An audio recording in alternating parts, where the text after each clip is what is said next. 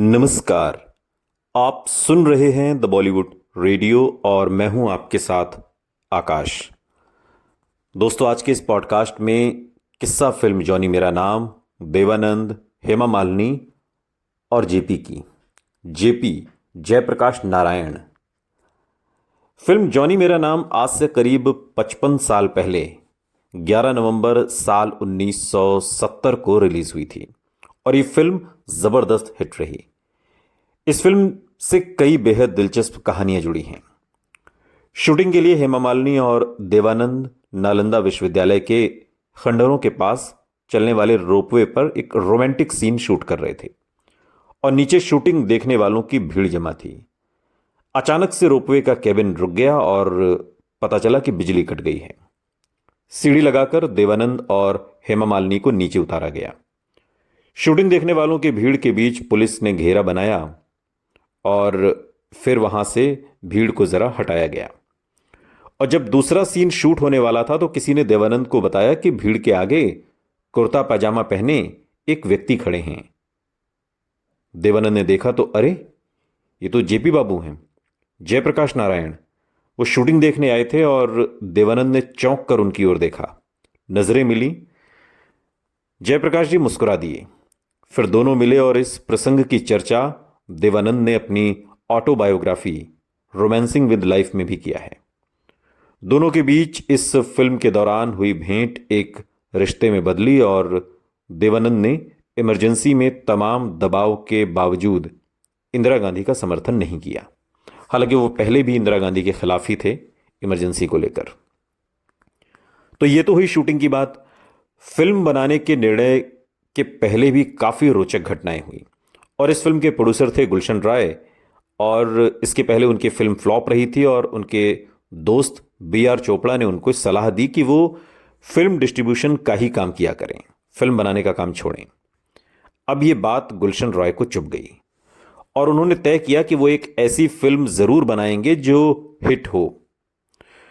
गुलशन राय का ज्योतिष में बहुत भरोसा था और वो पंजाब के होशियारपुर से के रहने वाले थे, वहां से आते थे।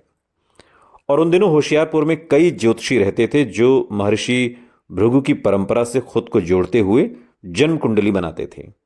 और उनमें से एक ज्योतिषी से गुलशन रॉय ने अपनी सफलता के बारे में जानना चाहा। उनको बताया गया कि गोल्डी नाम का एक व्यक्ति आपकी फिल्म बनाएगा जो बहुत हिट होगी। गुलशन राय की भी महर्षि भृगु में आस्था थी।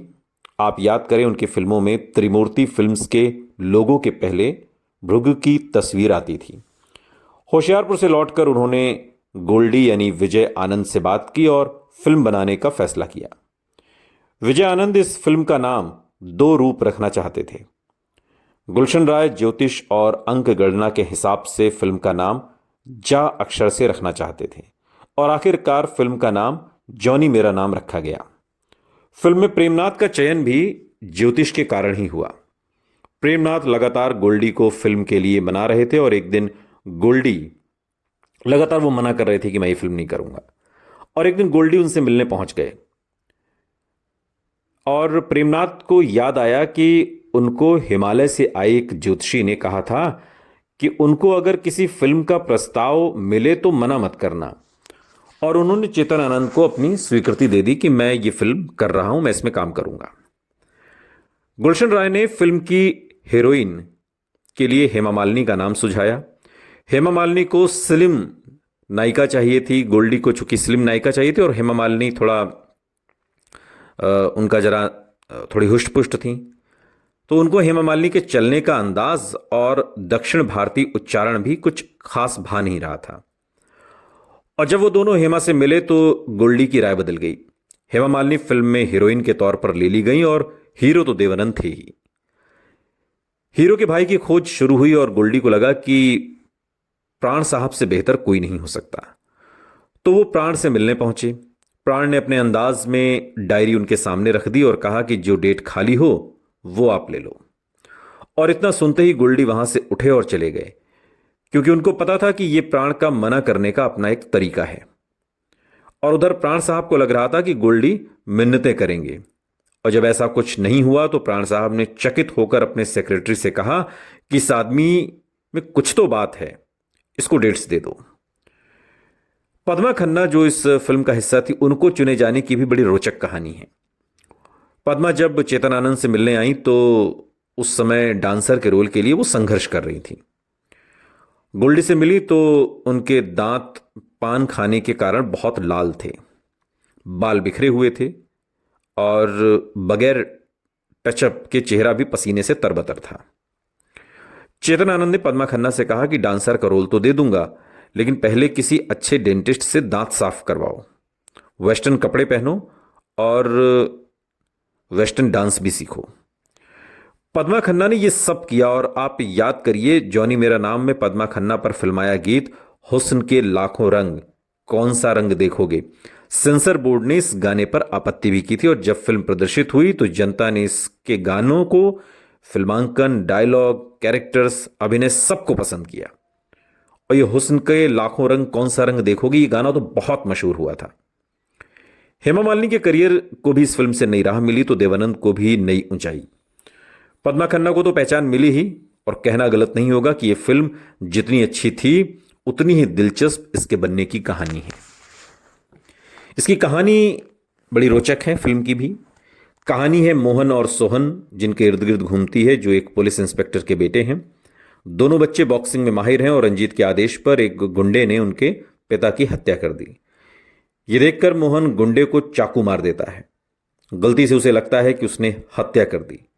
रंजीत की कार के डिक्की में वो छिप जाता है और फिर गायब हो जाता है।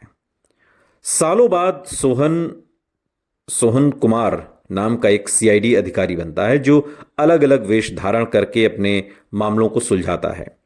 वो जॉनी नाम के एक छोटे चोर का भेष धारण करता है, जो खुद जेल पहुंच जाता है। हीरा से दोस्ती करता है और एक केस सुलझाता है। रेखा को रिझाता है और अपराधी को ढूंढ निकालता है। और अंततः रेखा अपने पिता को ढूंढ लेती है, जो रंजीत के यहां पर कैद थे, और सोहन की मदद से उन्हें रंजीत से छुड़ा भी लेती है, जिसे पुलिस के हवाले कर दिया जाता है। हीरा मोहन को जॉनी की असली पहचान बता देता है, जिससे मोहन और सोहन के बीच टकराव शुरू हो जाता है। और इस टकराव के बीच दोनों को एहसास होता है कि वो बहुत पहले के बिछड़े हुए भाई हैं। और अंत में वो अपनी मां से मिल जाते हैं और राधा कृष्ण मंदिर से चुराए गए गहने भी वापस मिल जाते हैं। इस तरीके से ये पूरी फिल्म की जो कहानी है वो रची बसी गई है। और ये फिल्म देवानंद, और चूंकि देवानंद के करियर के ढलान के दिनों की ये फिल्म है और हेमा मालिनी के करियर के शुरुआती दिनों की, और इस फिल्म से हेमा मालिनी को भी फायदा हुआ, देवानंद को भी फायदा हुआ और पद्मा खन्ना को भी, जिन्हें पहली नज़र में गोल्डी यानी विजय आनंद ने एक तरीके से इनकार ही कर दिया था। सुनते रहिए द बॉलीवुड रेडियो, सुनता है सारा इंडिया।